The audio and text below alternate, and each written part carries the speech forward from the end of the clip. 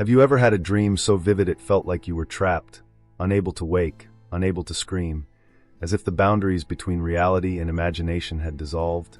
My name is Alaric Stenmore, an architect with a fascination for abandoned buildings and forgotten histories. My profession has always kept me grounded in reality, blueprints, measurements, tangible spaces. But what I'm about to share with you made me question everything I thought I knew. It began as a dream, one that seemed so real it left me gasping for air when I woke. But was it truly a dream? Or was it something far darker, something that reached into my very soul? I need you to stay with me, because what happened to me in that endless corridor isn't just a story, it's a warning. Before we dive deeper, take a moment to subscribe to this channel. Hit that like button if you dare, because the mysteries I uncover here are not for the faint of heart. The story you're about to hear is one of terror, confusion, and unanswered questions. And who knows, after hearing it, you might begin to question your own dreams, wondering if they're merely figments of your imagination or doorways to something far more sinister. It began on an ordinary night. I had fallen asleep after a long day, exhausted but content. At first, there was only darkness, warm, comforting, familiar. But then, without warning, the darkness shifted. It felt alive, pressing against me, suffocating. A faint light pierced through, and when I opened my eyes, I found myself standing in a corridor that stretched infinitely in both directions. The air was cold, heavy with the scent of burnt wood and something metallic like blood. Flickering light bulbs buzzed overhead, their weak glow casting long, shifting shadows across the walls. It was silent, unnaturally so, until faint whispers began to echo from unseen corners, their voices fragmented, overlapping, speaking in a language I couldn't understand. I wanted to move, but my legs felt rooted to the floor. The ground beneath me was uneven, like shattered glass, crunching softly as I shifted my weight.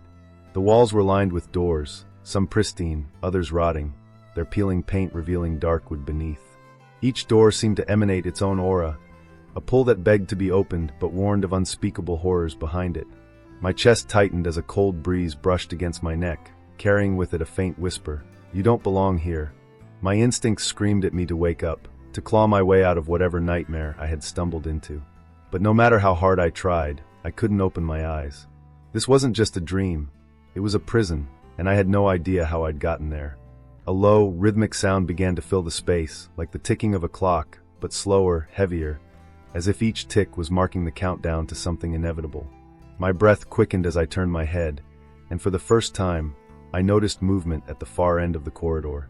A shadow, barely perceptible, shifted in the flickering light. It wasn't walking, it was gliding. I wanted to call out, to demand answers, but my voice refused to obey. Instead, I stood frozen, the shadow growing larger as it came closer. Something about it was wrong. Its form was human but distorted, as though it didn't belong in this world.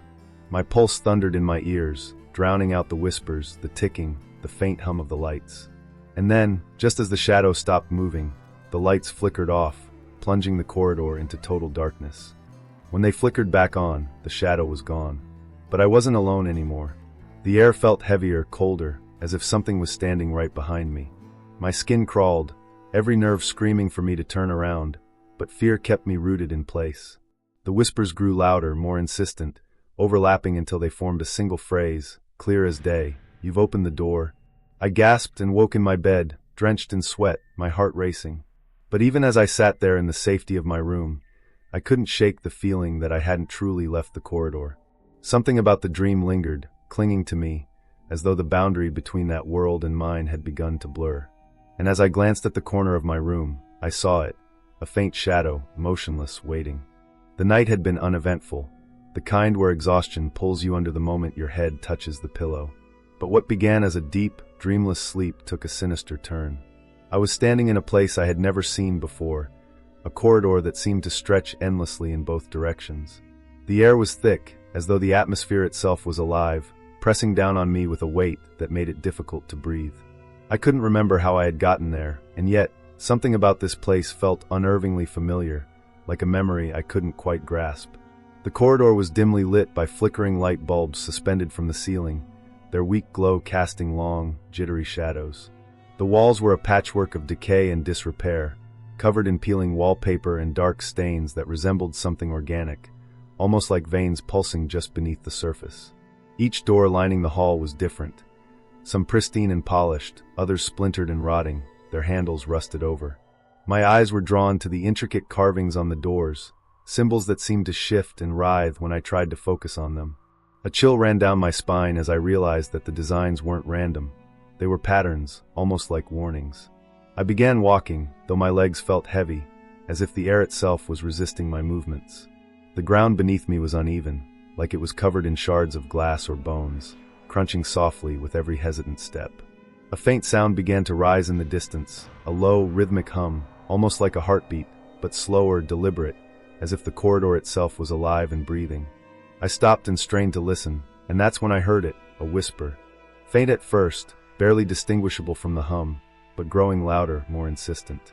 It wasn't just one voice. It was many, overlapping, speaking in fragments of a language I couldn't understand, their words dripping with malice.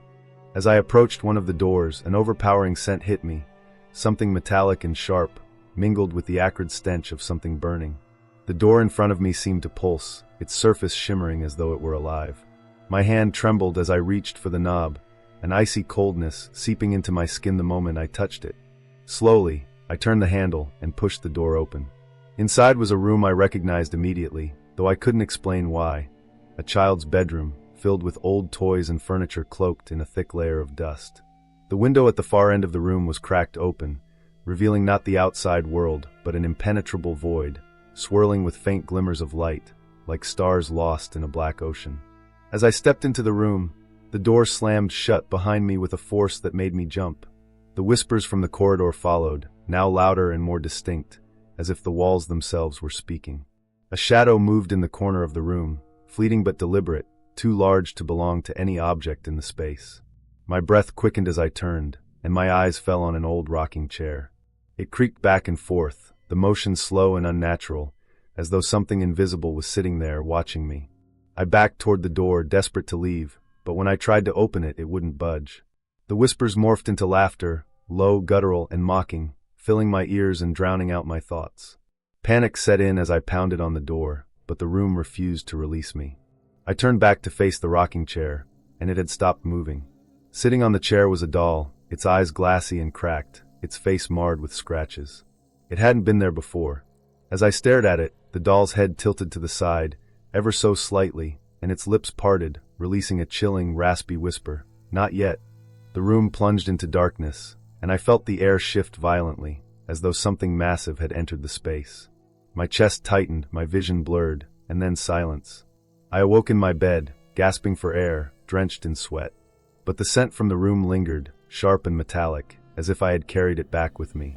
I looked at my hands, trembling, and noticed a faint mark on my palm, the outline of one of the symbols from the door. My pulse thundered in my ears as I realized the dream wasn't over. It had followed me. The following nights brought no rest. The corridor returned, haunting me like a predator stalking its prey.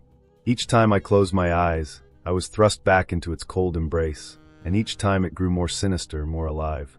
The whispers followed me like a rising tide, incomprehensible, yet laced with a malicious intent that gnawed at my sanity. It wasn't just a dream, it was something deeper, something that clung to me even when I was awake. I could feel it watching, waiting. In this latest descent into the corridor, I noticed changes. The walls, once static in their decay, now seemed to pulse faintly, as though they were breathing. The flickering light bulbs overhead buzzed louder, their light dimming with every passing moment. The doors had multiplied, stretching into the distance in a grotesque infinity, their symbols more vivid and chaotic, twisting like living creatures. I forced myself to walk, each step heavier than the last, the crunch of the ground beneath me now sharper, echoing like a scream in the suffocating silence. As I passed one of the doors, I felt it shift. Its knob turned slowly, as if beckoning me. I froze, staring as the door creaked open just a crack, revealing a sliver of impenetrable darkness. A chill seeped into the air, raising goosebumps on my skin. Then, something emerged, a faint, almost imperceptible handprint pressed against the inside of the door, too large and distorted to belong to anything human. I stumbled backward, my breath caught in my throat, and the door slammed shut with a deafening bang, the impact sending a shudder through the corridor. I turned to run, but the corridor had changed. The walls seemed to close in, narrowing and twisting, as if they were trying to trap me. Shadows moved in the periphery of my vision, darting just out of sight, At first, I thought it was my mind playing tricks on me, but then I felt it, the unmistakable sensation of being watched. It wasn't just a passing feeling, it was heavy, oppressive, like unseen eyes drilling into my very soul. I spun around, desperate to catch a glimpse of whatever was there, but the corridor remained empty, or so it seemed. Further ahead, a soft glow spilled from an open door. Unlike the others, this one emitted a faint, golden light that felt entirely out of place in the cold, desolate corridor. Against every instinct screaming at me to turn back, I approached. As I peered through the doorway, I saw what looked like a study. A desk cluttered with papers and an old oil lamp stood at the center, surrounded by shelves filled with ancient, crumbling books. The air inside the room was thick with the scent of dust and decay, but it also carried a faint sweetness, like rotting flowers. I stepped inside, and the atmosphere shifted immediately. The whispers from the corridor ceased, replaced by a low hum that vibrated through my bones. On the desk lay an open book, its pages covered in intricate symbols and jagged handwriting. My hands trembled as I reached for it, my fingers brushing against the brittle pages. The words on the page seemed to shift under my gaze, forming sentences that were not there moments before. The corridor binds. The doors reveal. But the truth comes at a price. Before I could process the words, the lamp flickered violently, and the shadows in the room stretched unnaturally long, converging into a single point behind me. My skin prickled as I felt the air grow colder. Slowly I turned, and there it was, the shadowy figure I had glimpsed before, now fully visible. Its form was human in shape but warped, its edges flickering like smoke. Its eyes, or the voids where eyes should have been, were hollow and endless, pulling at my gaze with an unnatural force. I tried to move, to scream, but my body refused to obey. The figure raised an arm, pointing toward the corridor, and though it spoke no words, its message was clear: go back. The room began to dissolve around me, its walls melting into darkness as the figure loomed closer. The hum grew deafening, and the golden light turned blood-red, bathing everything in an ominous glow.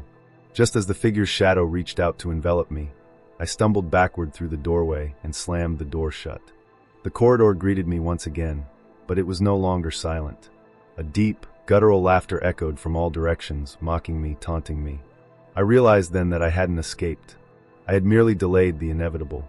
As I leaned against the door, gasping for air, the symbols on its surface began to glow faintly, their light pulsing like a heartbeat. And then, one by one, the doors along the corridor began to open. The corridor had transformed into something even more menacing. The doors that had once remained closed now stood ajar, each one revealing fragments of otherworldly horrors. Shadows twisted and writhed just beyond the thresholds, moving with an unnatural fluidity that defied explanation.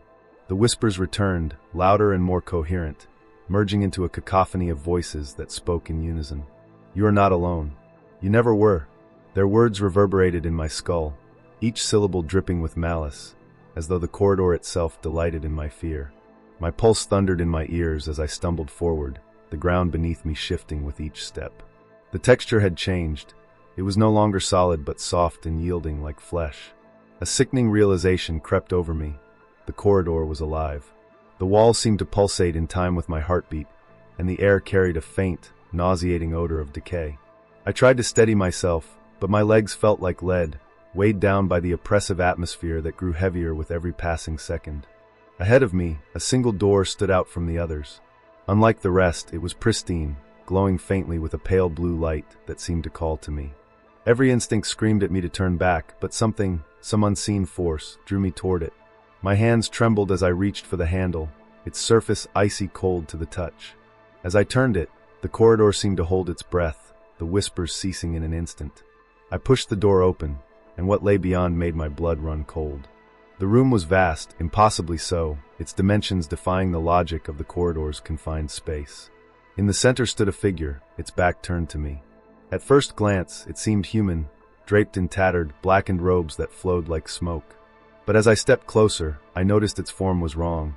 Its shoulders too broad, its limbs unnaturally long and thin. The air around it shimmered, distorting like heat waves, and the faint sound of a heartbeat pulsed in the silence, growing louder with each step I took. The figure turned slowly, and my breath caught in my throat.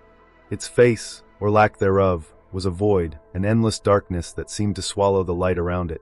2 pinpricks of crimson glowed where eyes should have been, and its mouth was a jagged, gaping maw that stretched too wide, as if it were splitting the very fabric of reality. It spoke without moving, its voice an otherworldly vibration that resonated in my chest. You open the door. Now the door opens you. Before I could react, the figure raised an elongated hand, its fingers ending in sharp, claw-like tips. The air crackled with a palpable energy as the room began to shift around me. The walls twisted and morphed, revealing scenes from my past, moments I had buried deep within my memory. I saw myself as a child, standing in a dimly lit hallway that bore an uncanny resemblance to the corridor. I saw shadows creeping along the edges, unseen by anyone but me. The realization struck me like a blow. This wasn't the first time I had been here. This place had always been with me, lurking in the periphery of my mind. The figure stepped closer, its presence overwhelming, and I felt an unbearable pressure building in my head.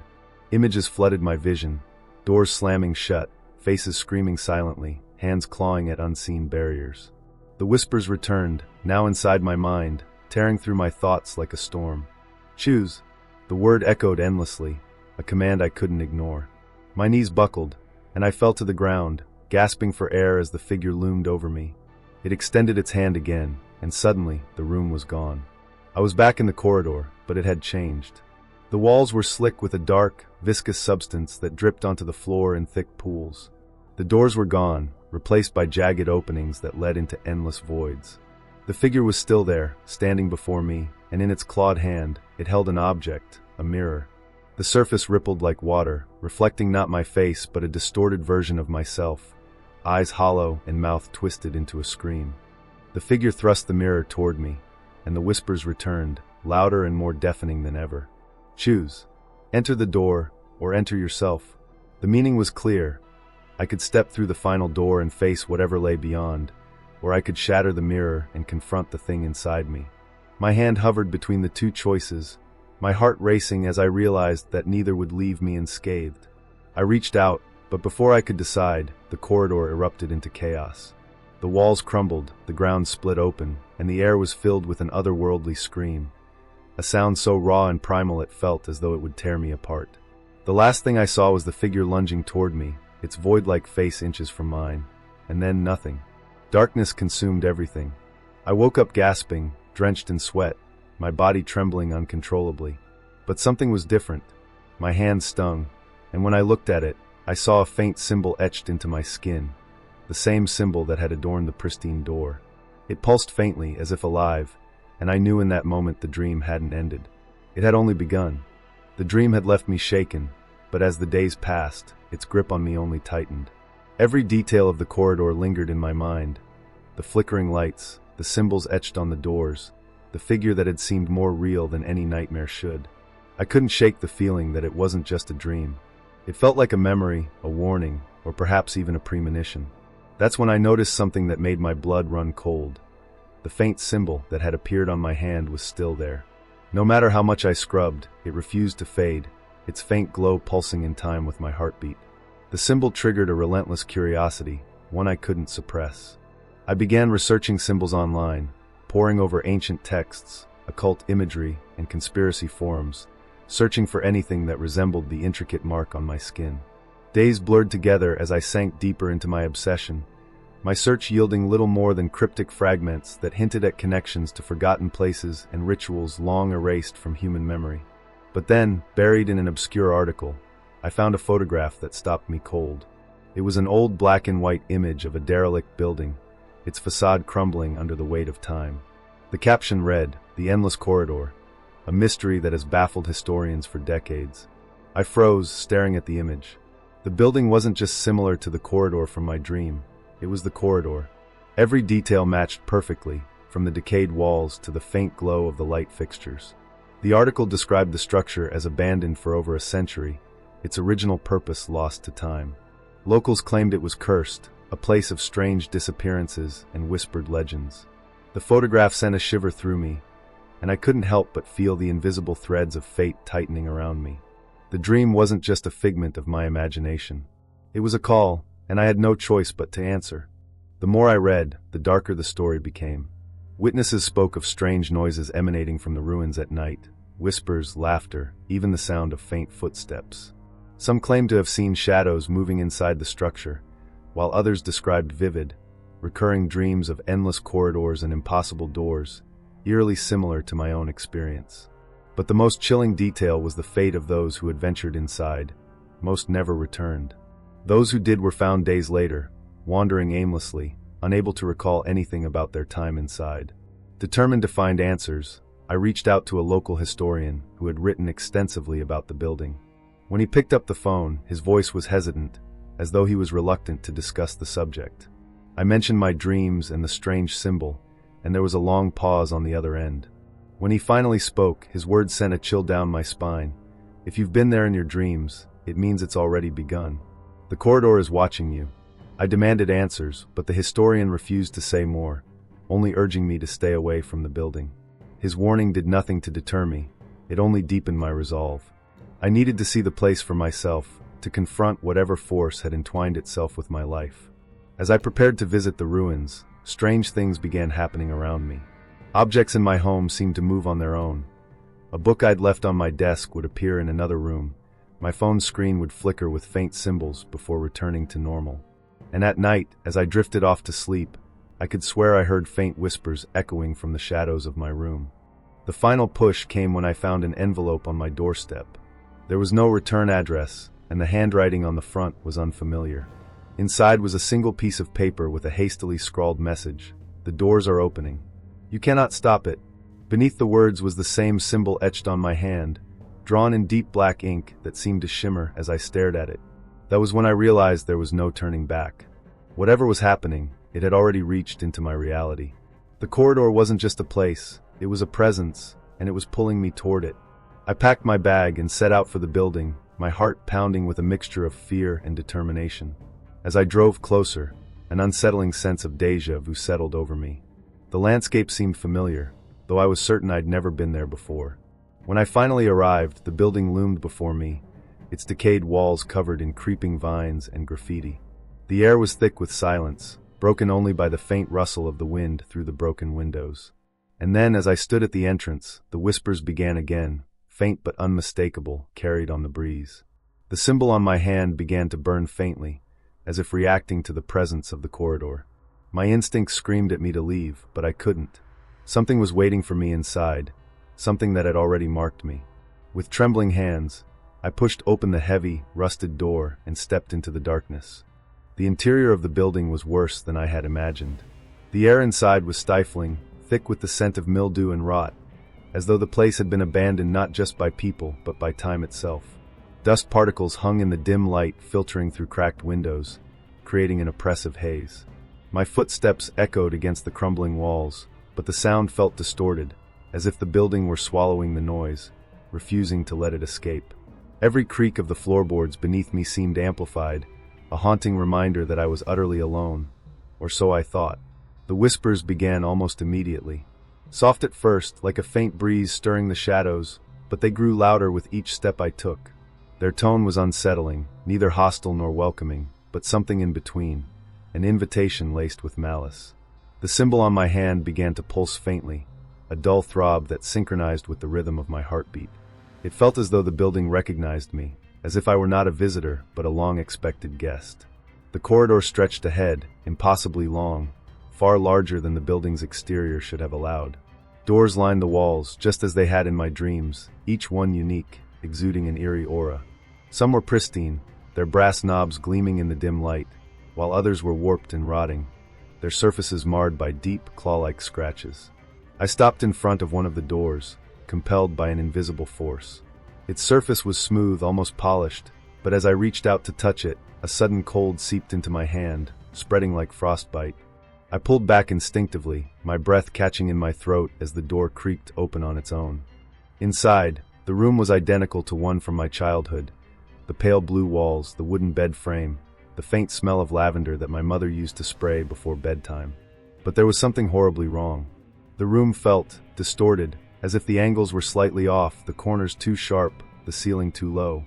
My gaze fell on a mirror mounted above the dresser, and my reflection stared back, but it wasn't me. The figure in the mirror had hollow eyes, its mouth twisted into a grotesque grin. It raised a hand to wave, but I hadn't moved. My chest tightened, my instinct to flee overtaken by a paralyzing dread. The reflection leaned closer to the glass, its grin widening until its mouth split unnaturally, revealing rows of jagged teeth.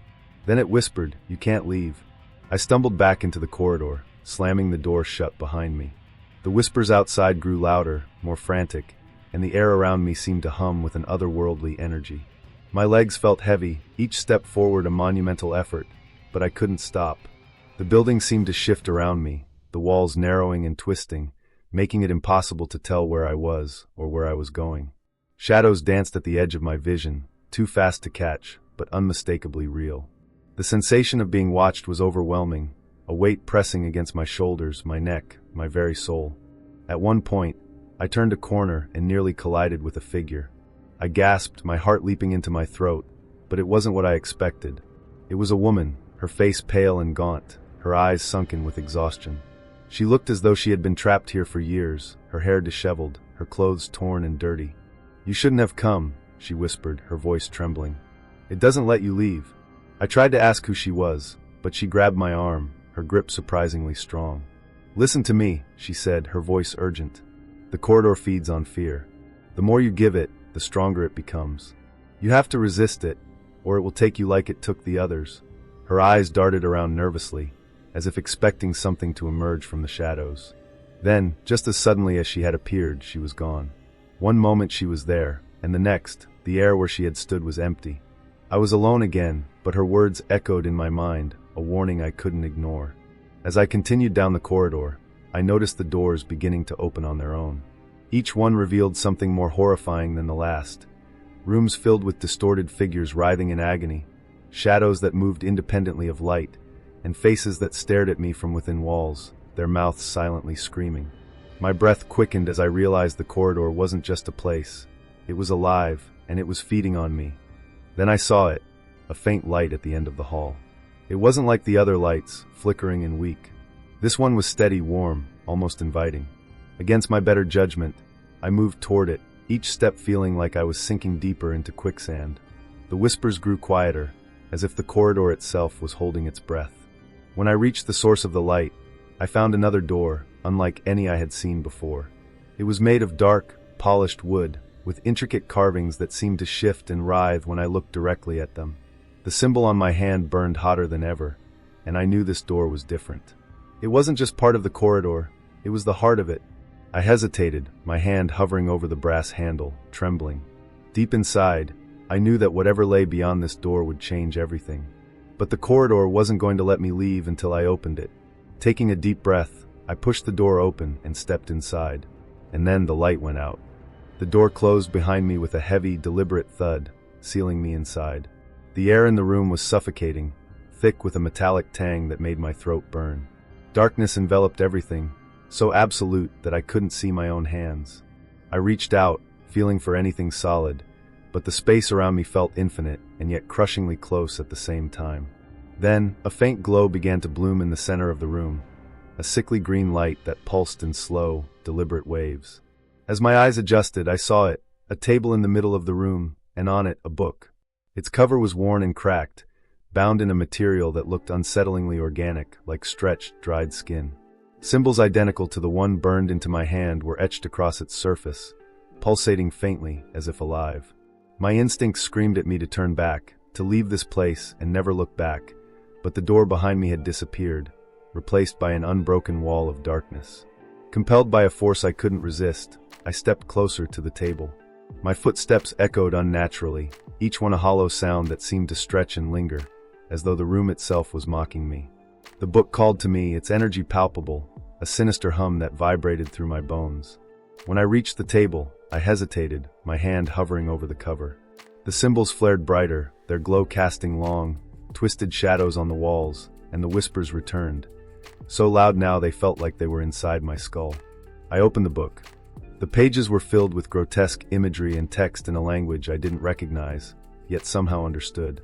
Each line told of a place that existed beyond the physical realm, a labyrinth of corridors and doors that connected to the deepest fears and darkest secrets of those who entered.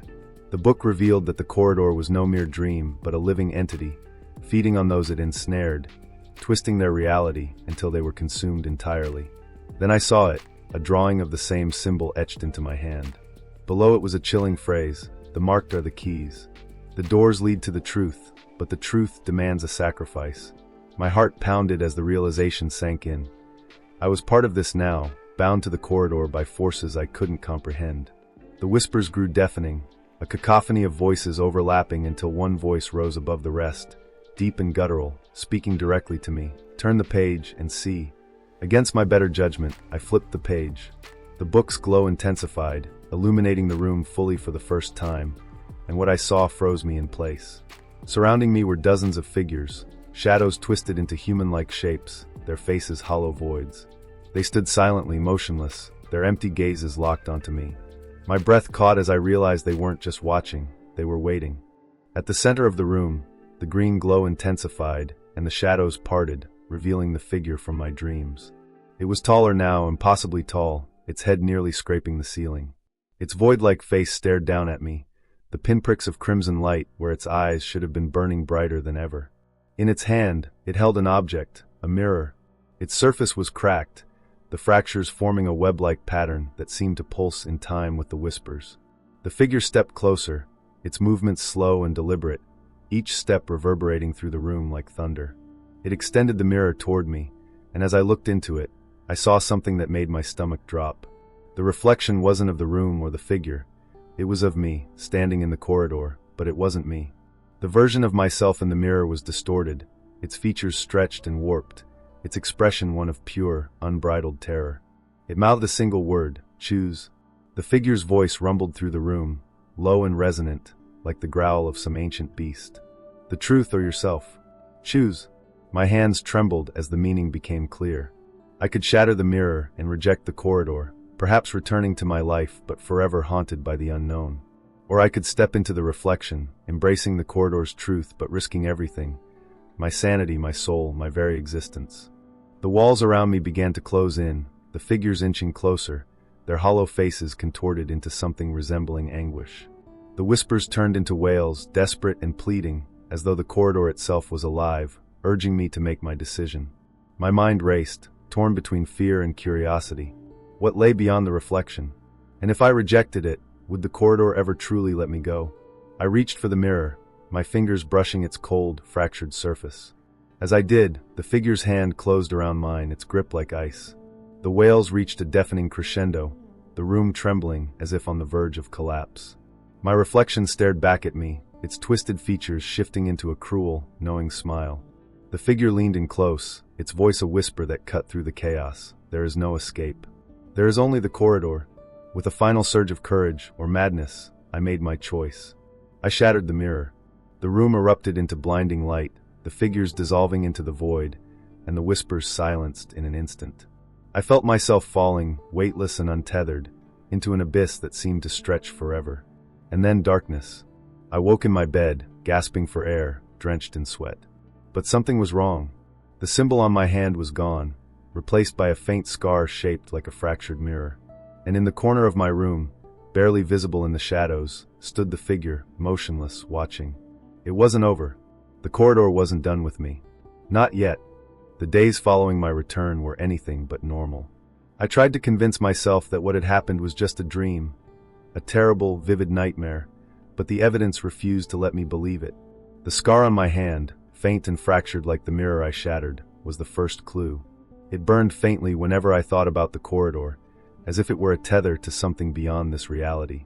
But the most unsettling part wasn't the scar. It was the feeling that I was never truly alone. Shadows lingered longer than they should, shifting in ways that defied the movement of light. Reflections in mirrors didn't feel like reflections anymore. They felt like windows, like something on the other side was watching.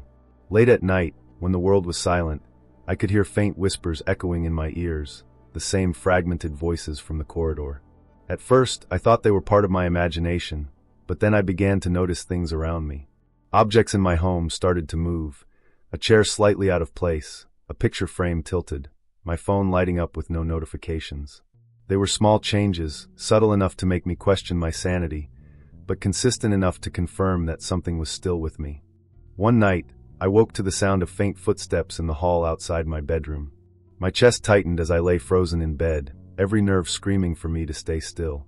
The footsteps were deliberate, slow, and heavy, growing louder as they approached my door. The handle twisted, the door creaking open just a fraction, but nothing stepped inside. The air turned icy, and I could feel a presence in the room, a weight pressing down on my chest. My breath came in shallow gasps as I mustered the courage to look, but all I saw was darkness. Yet, I knew it was there waiting, watching. The final sign came when I noticed the symbol. It started appearing in the most unexpected places. It etched itself into the condensation on my bathroom mirror, faint and fleeting.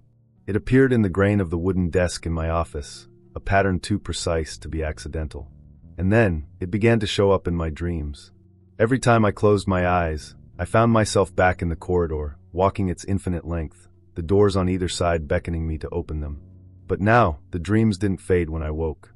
The corridor was bleeding into my reality, and I couldn't escape it. Desperate for answers, I retraced my steps, going over every detail of the book, the building, and the mirror. The historian I'd spoken to before had vanished without a trace, his phone disconnected, and his house empty. The woman I'd met in the corridor, Mara, seemed like a figment of my imagination, but I could still hear her words echoing in my mind. The corridor feeds on fear. If that were true, it was winning. Fear had consumed me, and I couldn't tell where my reality ended and the corridor began. The last straw came when I found another envelope on my doorstep, identical to the first. Inside was a single photograph of my bedroom taken from the foot of my bed. In the corner of the image stood the figure, tall, shadowy, and unmistakably real. Written across the back of the photo in jagged handwriting were 3 words. "It's not over." The corridor wasn't finished with me. It had followed me into the waking world, weaving itself into my life, my thoughts, my very existence. The scar on my hand flared with pain as I read the words, a burning reminder of the choice I'd made. Shattering the mirror hadn't freed me. It had only tied me closer to the corridor's will. Now, it wasn't just a place I visited in my dreams. It was here, with me, every moment of every day. I don't know what the corridor wants or why it chose me, but I know it's watching, waiting for the right moment to pull me back. And the truth is, I don't think I have the strength to resist it. The figure appears more frequently now, always at the edge of my vision, always silent, but its presence is suffocating. Sometimes, I hear the faint hum of the corridor's heartbeat, even in the middle of the day, and I know I'm running out of time. What happened to me isn't just a story, it's a warning. If you've ever dreamed of endless halls, of doors that seem to call your name, of shadows that move without light, then it may already be too late. The corridor doesn't just exist in one place. It exists everywhere, waiting for those who are drawn to it. And once it finds you, it never lets you go. But I need to know, what do you think the corridor is? A dream? A manifestation of fear? Or something far worse? Let me know in the comments, and if you've experienced anything similar, share your story. Maybe together, we can uncover the truth. Don't forget to like this video and subscribe to the channel. Because sometimes, the nightmares don't end when we wake up. And as for the corridor, I fear this is only the beginning.